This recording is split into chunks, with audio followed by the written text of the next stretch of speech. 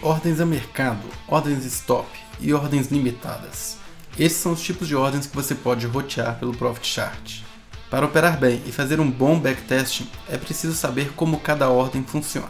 Infelizmente, o lançamento do novo módulo de automação de estratégias trouxe algumas assimetrias para o Profit Chart no que se refere ao tratamento das ordens, no contexto de backtesting e no contexto de automação de estratégias. Ou seja, vários códigos-fontes que funcionavam muito bem no editor de estratégias passaram a apresentar comportamentos não esperados no módulo de estratégias, ou até mesmo parar de funcionar. Nesta série de vídeos vou te explicar tudo o que precisa saber sobre os tipos de ordens, como elas são tratadas no ambiente de backtesting e na automação de estratégias, e mais importante, vou lhe mostrar como adaptar o seu código-fonte para que ele funcione em qualquer contexto dentro do Profit Chart com o mesmo comportamento. Então, solta a vinheta. Fala pessoal, aqui é John da NeoTraderBot. Colocar um robô para operar em conta real envolve, entre outras coisas, saber sobre a dinâmica de mercado, sobre indicadores técnicos e como as ordens são processadas pela sua plataforma até chegar na bolsa. Nesse vídeo vamos explorar todos os aspectos relacionados às ordens dentro do Profit Chart. Como eu já adiantei na abertura, existem assimetrias na forma como o Profit trata as ordens no ambiente de backtesting, ou seja, no editor de estratégias, e no ambiente de robô, que é o módulo de automação. E estas assimetrias impactam diretamente no desenvolvimento do seu código-fonte. Eu até pensei em fazer um único vídeo englobando todo o conteúdo, mas ficaria muito longo. Então eu dividi em 3 partes. Na primeira parte, que é este vídeo, precisarei nivelar inicialmente conhecimento em relação ao book de ofertas e a agressões, para então explicar o conceito das ordens a mercado, limites e stop. Para automatizar qualquer coisa, precisamos entender muito bem como fazer aquilo de forma manual. Então não dá para pular etapas, nós vamos também executar esses 3 tipos de ordem de forma manual para que você entenda exatamente como elas funcionam. Na segunda parte, que ficará para o próximo vídeo, nós veremos como as ordens são tratadas dentro do editor de estratégias, no contexto de backtesting, na aplicação de um gráfico em tempo real como uma estratégia de execução, sinalizando pontos de entrada e saída, e por fim no contexto do módulo de automação de estratégias, onde a sua estratégia atuará como robô operando de forma autônoma. E por fim, no terceiro vídeo, nós vamos ver as melhores práticas para a utilização de ordens dentro de suas estratégias, como harmonizar o seu código-fonte para que ele funcione corretamente em todos os contextos do Profit Chart, o impacto das adaptações necessárias no seu código-fonte, e outro ponto muito importante, que é a diferença entre aplicar a gestão de risco dentro do seu código-fonte ou utilizar as configurações do módulo de automação de estratégias. Então vamos começar. Parte 1.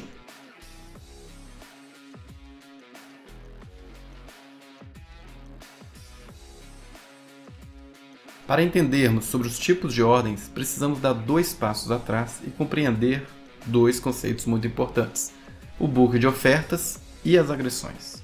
Estes 2 elementos representam a estrutura de demanda e oferta no mercado financeiro. O book de ofertas é um livro no qual a bolsa, no caso a B3, mantém registrado todas as intenções de compra e venda de determinado ativo naquele momento de tempo. Essa informação é pública e disponível para todos os participantes da bolsa. Vou compartilhar minha tela para poder explicar um pouco melhor sobre o book de ofertas.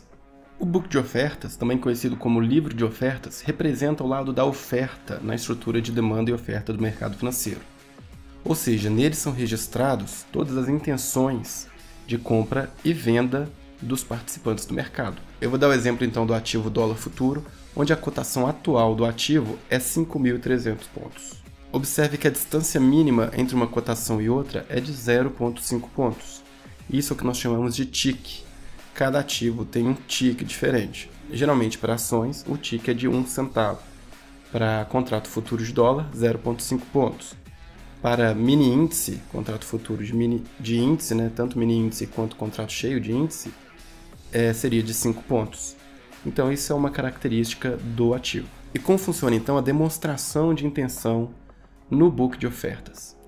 Nós temos então um participante que chega e diz: olha, estou disposto a comprar um contrato do dólar futuro, né, um contrato, a 5.299,5.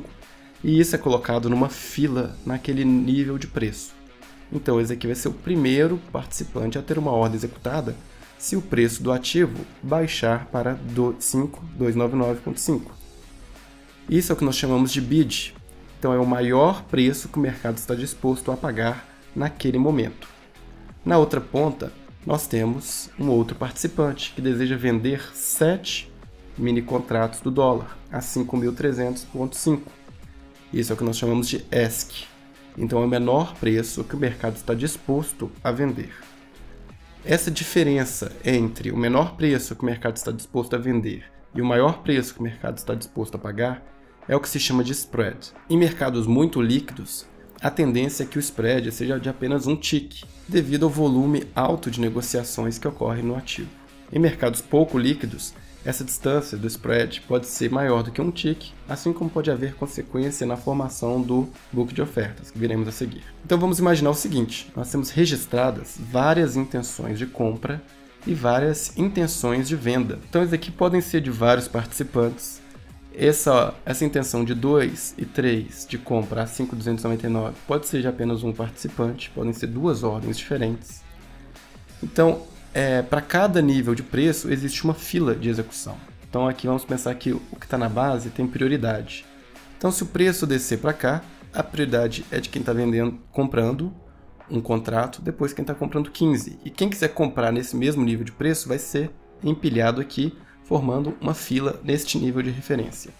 Da mesma forma, com relação à venda do ativo. Um ponto importante a se ressaltar aqui no book de ofertas é que ele é exclusivamente formado por ordens limitadas.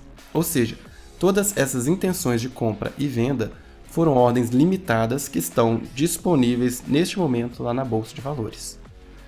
O participante pode, a qualquer momento, cancelar essa ordem dele aqui e sair do book de ofertas. Assim como pode alterar essa ordem de venda de 5 contratos a 5.301 para 15. Mas o que vai acontecer? Ele vai perder o lugar na fila dele. Não seria justo ele colocar 5 aqui para segurar a fila, depois aumentar para 15. Então, se ele aumenta para 15, ele vai para o final da fila. O que ele poderia fazer diferente? Ele poderia criar uma outra ordem de 10. Então, esses 5 permaneceria aqui na frente e a nova ordem de 10 viria para o final da fila. Então perceba que a composição do book de ofertas pode fornecer informações interessantes sobre o interesse do mercado naquele ativo. Tem ordens muito pequenas, tem ordens grandes. Em que região de preço? Quais são as corretoras envolvidas nas ordens grandes registradas no book? É importante saber que a CVM, como órgão regulador do mercado financeiro, cria regulamentos para enquadrar comportamentos que poderiam caracterizar manipulação de mercado, tais como a prática de spoofing. De forma bem resumida, spoofing seria a colocação de ordens de grande volume no book de ofertas para levar os outros participantes a entenderem que há uma pressão vendedora ou compradora, fazendo assim com que eles mudem a dinâmica de comportamento da forma que o spoofer deseja. Mas essas ordens colocadas pelos spoofers, elas não são executadas.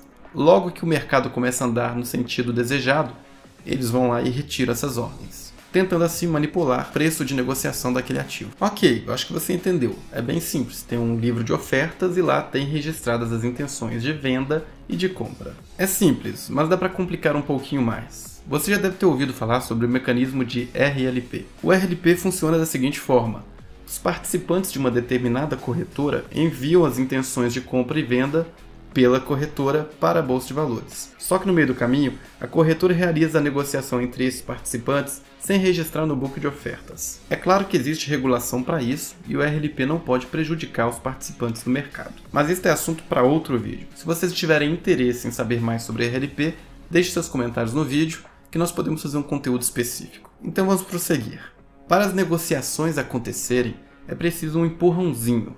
Senão ficariam de um lado os vendedores e do outro lado os compradores com as suas intenções e ninguém faz mais nada. É preciso que um participante chegue no mercado e diga: quero comprar X quantidades de determinado ativo no preço que estiver sendo negociado. Isso é o que chamamos de agressão. Essa negociação vai consumir o book de ofertas no melhor preço que estiver naquele momento, podendo alterar desta forma o nível de referência da cotação atual. Me acompanhe nos slides que vai ficar mais claro. Então, entendida essa estrutura de ofertas, que é representada pelo book de ofertas, vamos passar para o lado da demanda da estrutura de mercado, ou seja, são as agressões. E aí eu vou dar o exemplo de uma agressão de compra de 45 mini contratos. Então chega alguém, algum participante fala, olha, eu quero comprar 45 mini contratos. O preço atual é 5.300. O que vai acontecer? Ele vai consumir essas ordens que estão aqui no book de ofertas. Então, se a gente for somar 7 com 2, com 10, com 1, mais 1, 5, 4, 15, o que está marcado em cinza representaria os 45 mini contratos consumidos por essa agressão de compra de 45 mini contratos. Então, o que vai acontecer? Vai consumir essas ordens, o preço vai deslocar para 5.301, porque é onde tem a próxima intenção de venda de 2 mini contratos que não foram consumidos. E neste meio tempo podem vir outros participantes e falar, agora eu tenho desejo de comprar a 5.300. E aí chegou mais um participante, eu quero comprar 3 mini contratos a 5.305. Então o mercado é dinâmico, ele está se movendo a todo instante. O book de ofertas não é estático, ele é dinâmico, ele altera-se a cada tique, a cada momento que chega nova informação. Vamos agora dar um exemplo então de uma agressão de venda. Então agora o preço está 5.301, chegou um participante e disse, eu quero vender 8 mini contratos. Então o que vai acontecer? Vai consumir os 3 contratos que estão aqui em 5.305 e mais 8 desses 10 que estão aqui dispostos a 5.300. Não vai consumir a totalidade desta ordem. Esta ordem vai ser parcialmente executada. Então o preço vem para 5.300 e o próximo da fila é essa ordem que foi parcialmente executada. Então, entendida a estrutura do mercado, que é representado pelo book de ofertas e as ordens de agressão, vamos ver então dentro da plataforma Profit como a gente visualiza o book de ofertas e a negociação realizada, as agressões que estão sendo realizadas a cada instante no mercado. Bom, eu estou aqui dentro do Profit, na função de replay, simulando o dia 17 de outubro. Nós estamos vendo aqui o mini contrato de dólar sendo negociado. Em branquinho aparece a cotação atual, 5.301.5.0. E aqui nós temos a visualização do book de ofertas dentro do próprio gráfico. Então aqui a gente tem o empilhamento aqui das ordens limitadas de compra, abaixo do preço, e acima as ordens limitadas de venda. Observem que esse book é bastante dinâmico, ele está sempre sendo alterado. Aqui nessa outra janela eu tenho as negociações que estão sendo realizadas. Então eu tenho aqui a data da negociação, qual foi a agressão, se foi de vendedor, de comprador. Aqui vem RLP, que é um outro mecanismo que eu posso até explicar em outro vídeo, né? São negociações feitas pela corretora. Ela não chega a cair dentro da B3 para ser realizada na B3. Ela já é efetuada dentro da corretora por um casamento de interesses de compra e venda por participantes dentro da corretora. Aqui nós temos quem foi a corretora compradora, a qual valor, a quantidade e quem foi que vendeu. Então observem que à medida que o preço vai se movimentando, o book de ofertas também vai se ajustando. O interesse dos participantes do mercado vão se alterando ao longo do tempo. Então muita gente também utiliza essas marcações no book de ofertas de alto volume de ordens para tentar definir pontos, regiões de resistência de preço, onde o ativo teria mais dificuldade de passar. E é claro que a formação do nível de preço das ordens que estão aqui dispostas, ela muda muito, né? Um participante pode vir aqui e colocar uma ordem grande de venda e daqui 1 minuto desistir e tirar. Então percebam que as ordens agressoras não garantem o preço da negociação. Dependendo da quantidade que se deseja negociar, isto pode consumir diversos níveis de preço dentro do book de ofertas, de tal forma que o preço médio da negociação será a média ponderada das ordens consumidas dentro do book de ofertas. Poderíamos gastar muito tempo falando sobre negociação eletrônica, por que existem leilões de abertura, leilões de fechamento, circuit breaker, DMA, dark pools, RLP, mas o objetivo de hoje é falar sobre os tipos de ordens. Então vamos lá.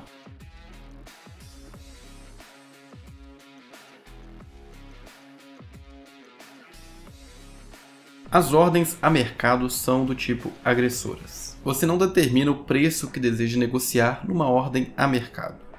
Você envia essa ordem para a bolsa de valores e ela irá consumir o book de ofertas no preço que estiver sendo cotado naquele momento. Em ativos pouco líquidos, o book de ofertas pode apresentar algumas regiões sem registro de intenção de venda ou de compra, e o spread também pode ser bem maior do que um tick. Como consequência, uma ordem agressora com volume razoável pode gerar uma mudança abrupta na cotação desse ativo. Em ativos muito líquidos, o spread costuma ser de apenas um tick e também há um volume razoável de intenções para cada nível de preço, de tal forma que o envio de uma ordem agressora com um volume razoável não causará muito impacto na cotação daquele ativo. O que precisa ficar bem claro é que as ordens a mercado, sendo do tipo agressoras, é que fazem o preço do ativo variar. Vamos para o segundo tipo de ordem então, que são as ordens limite.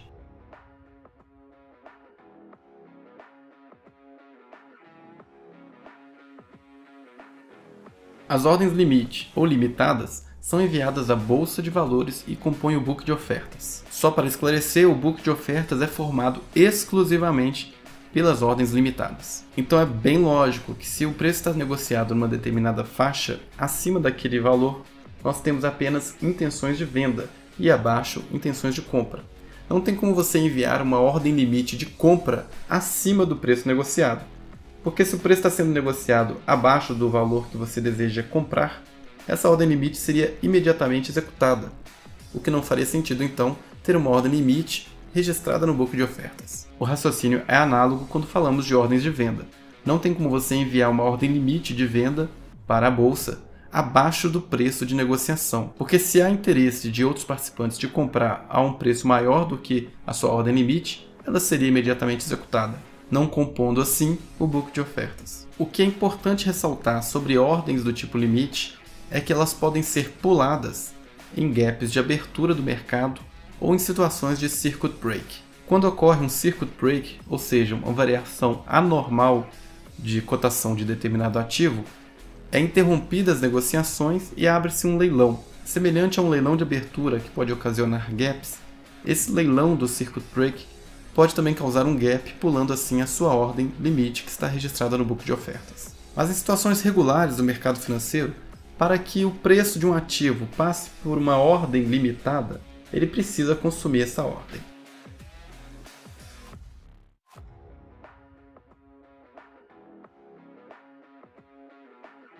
As ordens stop não são registradas no book de ofertas. Elas são utilizadas principalmente para evitar perdas em uma negociação ou então para programar a abertura de uma posição em algum preço que seja mais desfavorável do que o preço atualmente negociado. As ordens do tipo stop são enviadas para a plataforma ou para a corretora com dois parâmetros: o preço de stop, que seria o gatilho daquela ordem, e o preço de offset, que seria o valor que você estaria disposto a pagar ou vender aquele ativo. Vamos supor que você envie uma ordem stop de compra para a bolsa. Primeiro ponto: o preço de stop precisa ser acima da cotação atual do ativo. A sua ordem ficará suspensa aguardando que o preço daquele ativo chegue no gatilho da sua ordem. Quando esse gatilho for alcançado, será enviada uma ordem limitada ao book de ofertas para ser executada no preço abaixo do offset que você definiu para aquela ordem de stop. E por que existe o offset? O offset existe para realizar uma certa gestão de risco do valor que você vai pagar por aquele ativo. Se durante o tempo que a ordem limite foi disparada até ela chegar na fila de execução do book de ofertas, o preço do ativo já tiver superado aquele nível de preço, a sua ordem limite não será executada. Então é importante utilizar um valor razoável de offset para evitar que a sua ordem stop seja pulada. Deixe uma boa margem no offset de sua ordem stop. Isto não significa que ela será executada no pior preço possível, mas mitiga bastante o risco do seu stop ser pulado e você incorrer em prejuízos desnecessários ou então entrar atrasado numa programação de ordem que você realizou. Agora que sabemos a dinâmica do mercado, o book de ofertas, as agressões e os tipos de ordens que podemos enviar para a bolsa pelo Profit Chart, vamos executar essas ordens de forma manual.